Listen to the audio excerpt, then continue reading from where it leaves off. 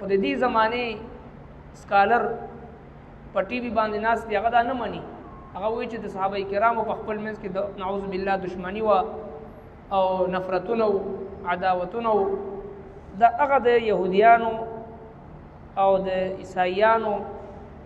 او د کفارو هغه ایجنټانی چې کوم د مسلمانانو ایمان متزلزل کوي، د مسلمانانو عقاید متزلزل کوي.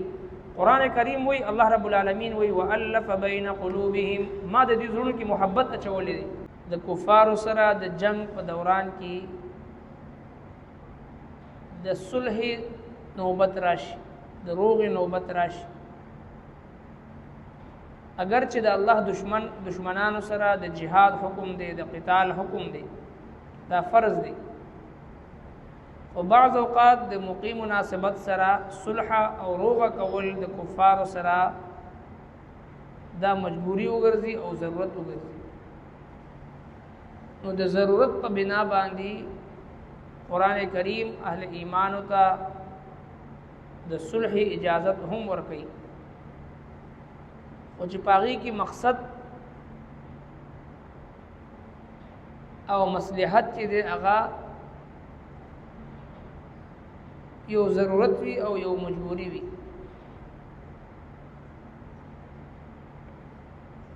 او بیا الله تبارک وتعالى فرمایي کچری تاسو سره دا یری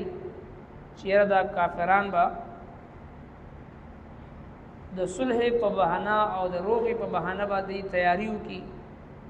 او جنگ د پاره چې د نور هم مکر او سازشونه تیار کی، نو دې غم تاسو مکوئ. الله تبارک وتعالى تاسو د پاره کافی دی، هغه به تاسو مدد کوي، د مؤمنانو نصرت کوي.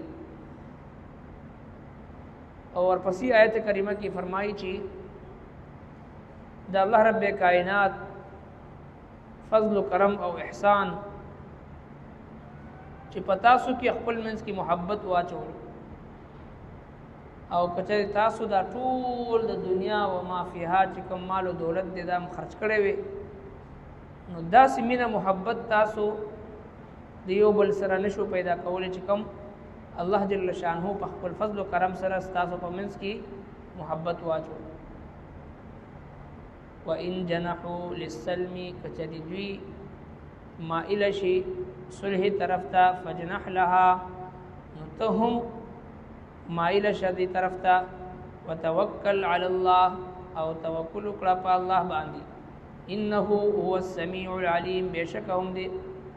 هغه اوریدون کی پوها. وان يريدوا، او کدوی اراده وکړي ان يخدعوك چې دو قدر کړي تا ته،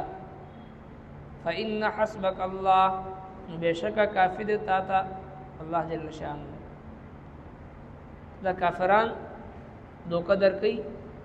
او د صلح او د روغ په بهانه باندې جنگ لپاره نورم تیاری کوي، نور سازشونه کوي.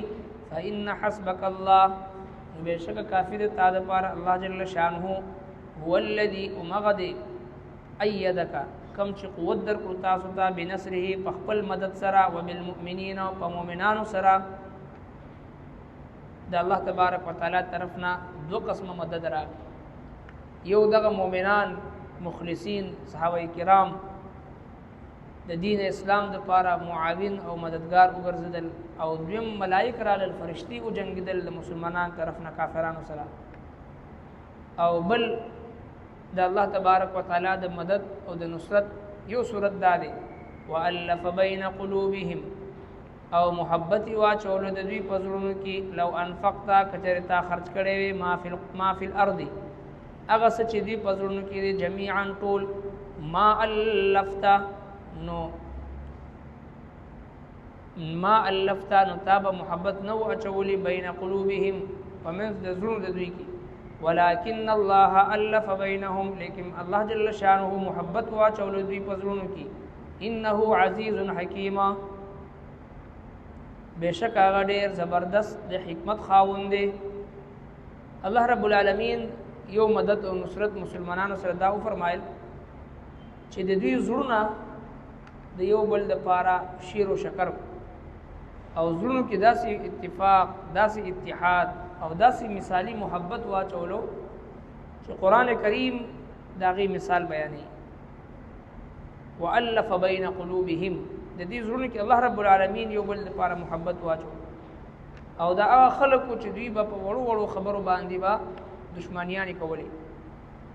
او په سونو کاله د دې دشمنۍ به روانې وي د دوی په خاندانونو کې به دشمنۍ روانې وي قومونو کې قبیلو کې خو د دې قرآن کریم د برکته یو داسې مثالي محبت ورکې پیدا شو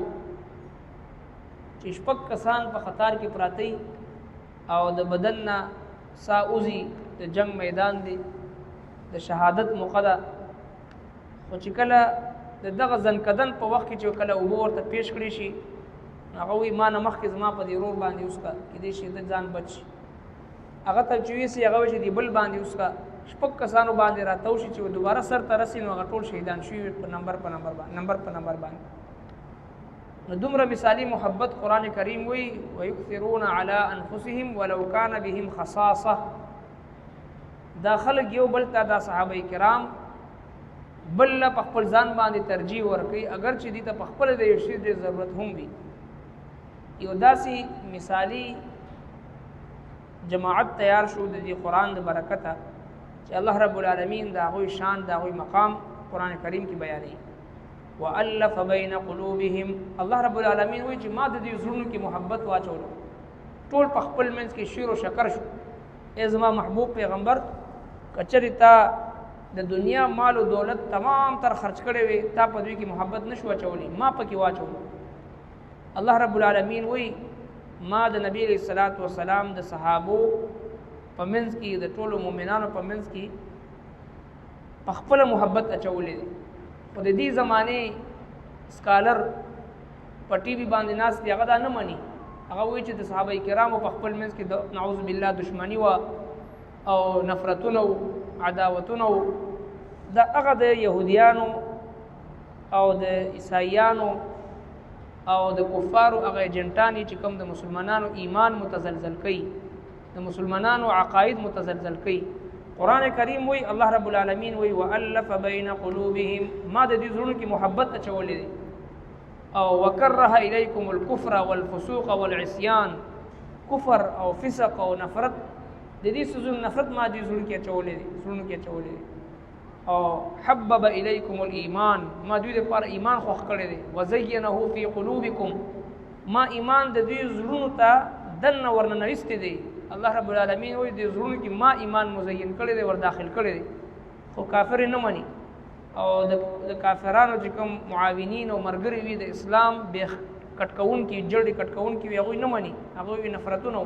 قرآن کریم وی محبتونه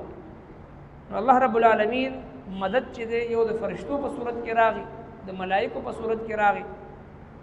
او دویم مدد د الله د صحابه کرامو باهمي الفت او محبت په صورت کې راغی الله رب العالمین هغه هم د مثال په تور باندې بیان فرمایل چې دغه محبت د مسلمانانو چې کله هم تر قیامت پورې خپل منځ کې قائم او دائم وي همیشه به مسلمانانو ته فتح او نصرت او کامیابی ملاوي ربنا تقبل منا انك انت السميع العليم وتب علينا انك انت التواب